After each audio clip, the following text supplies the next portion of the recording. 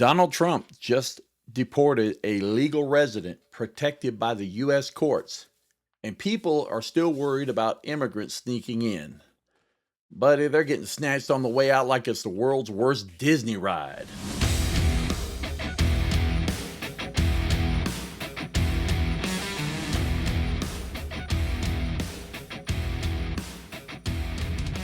Welcome back to the Logical Report, the only podcast that dares to ask, is it fascism yet, or are we just preheating? I'm your host, Sergio, and tonight we're talking about something so outrageous, so clearly illegal, that the phrase Banana Republic now has to sue us for defamation. Kilmar Abrego Garcia. That's not just a name. They made it a warning shot. This man arrived in the U.S. a decade ago. He wasn't hiding. He wasn't breaking the law. The federal court gave him protected status. That means legally he could not be deported. Not maybe, not pending, not let's see what ICE says after happy hour. The court said he was safe, and yet Donald Trump had him removed anyway. Why? Because Donald Trump runs a country like he's clearing out the cast of The Apprentice. But wait, it gets juicier. Then a Mar-a-Lago buffet during Salmonella Week. Pam Bondi, yes, that one, the forever auditioning for OANN Bond girl, claimed Kilmar was in a gang. No proof, no criminal record, no mugshots, just vibes.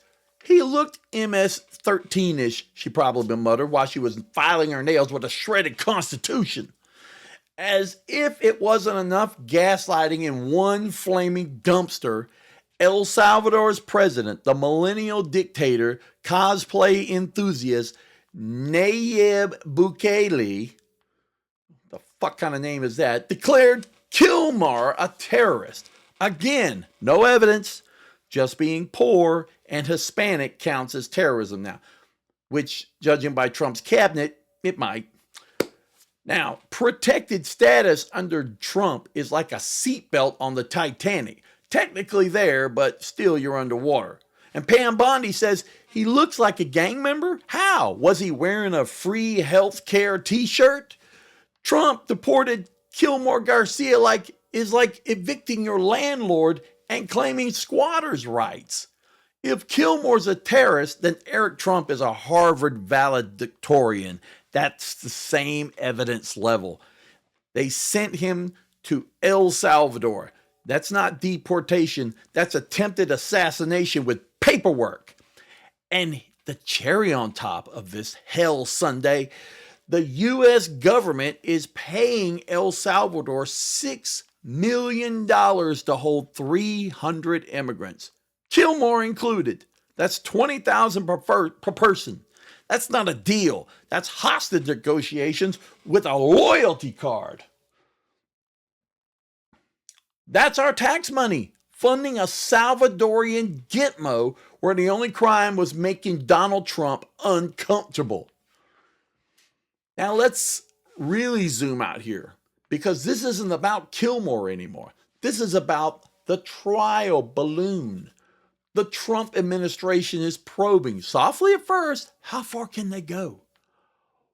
What laws can be broken? What protections can be ignored? How much authoritarianism can they slip past a public that's distracted by whether Taylor Swift should be in the Super Bowl? Kilmar had a court protection. He was legally untouchable, and they touched him anyway. This is the authoritarian equivalent of licking the electric fence just to see what happens, and spoiler alert, nothing happened because Democrats just tweeted harder.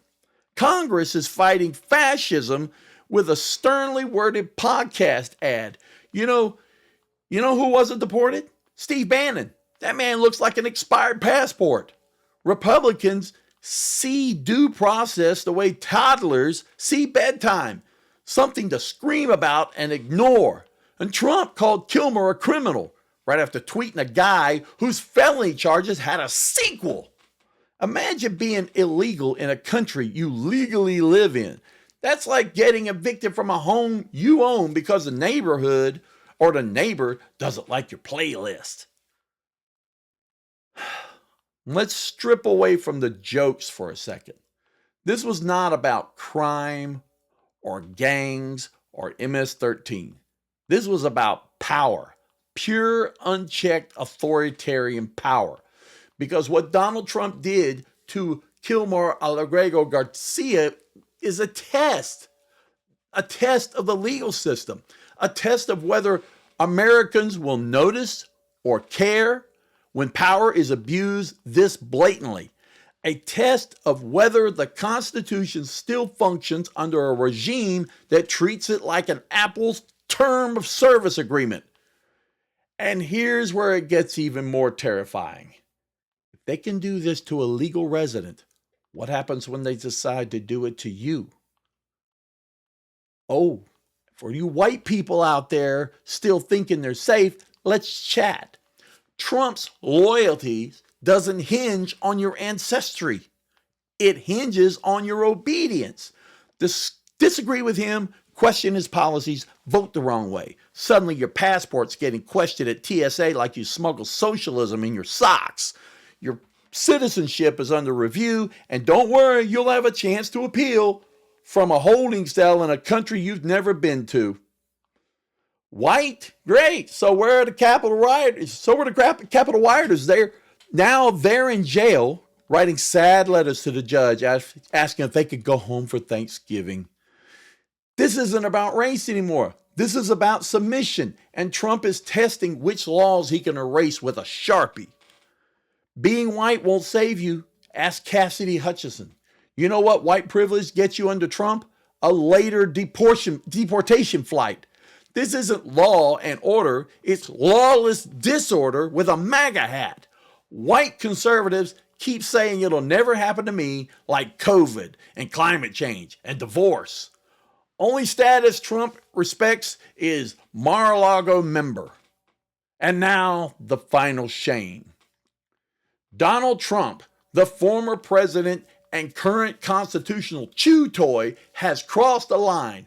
He has weaponized the deportation system to punish, to silence, and to test how far he can go before someone stops him. Kilmer Abrego Garcia had legal protection. He was not a criminal. He was not in hiding. He was not dangerous. He was deported anyway. Pam Bondi, with her loose relationships to facts and tight relationship to MAGA donors, slandered him without evidence. Nayib Bukele, authoritarian light in skinny jeans, called him a terrorist for the benefit of a U.S. check. And $6 million of your money went to fund this act of political human trafficking. This was a test, and we failed. You know what scares me the most? It's not just that Trump did it. It's that he got away with it. That nobody stopped him. That the system shrugged. The press yawned. And the Democrats issued a statement that had all the fury of a lukewarm chamomile. This isn't about Kilmer anymore. It's about what we let them do to all of us. The next Kilmer won't be an immigrant. It'll be an activist. It'll be a journalist. It'll be a dissenter. It'll be a citizen. And by the time we realize what's happening, we'll already be on the tarmac. That's our show, folks. If you like what you heard, or if you're just scared we're next, do us a favor. Like, share, follow, and tattoo Read the Construction across your forearm. You've been listening to The Logical Report with Sergio, the podcast that believes in liberty, laughter, absolutely roasting fascists with facts. Until next time, stay loud, stay legal, and stay ready. Because if Kilmer isn't safe, none of us are.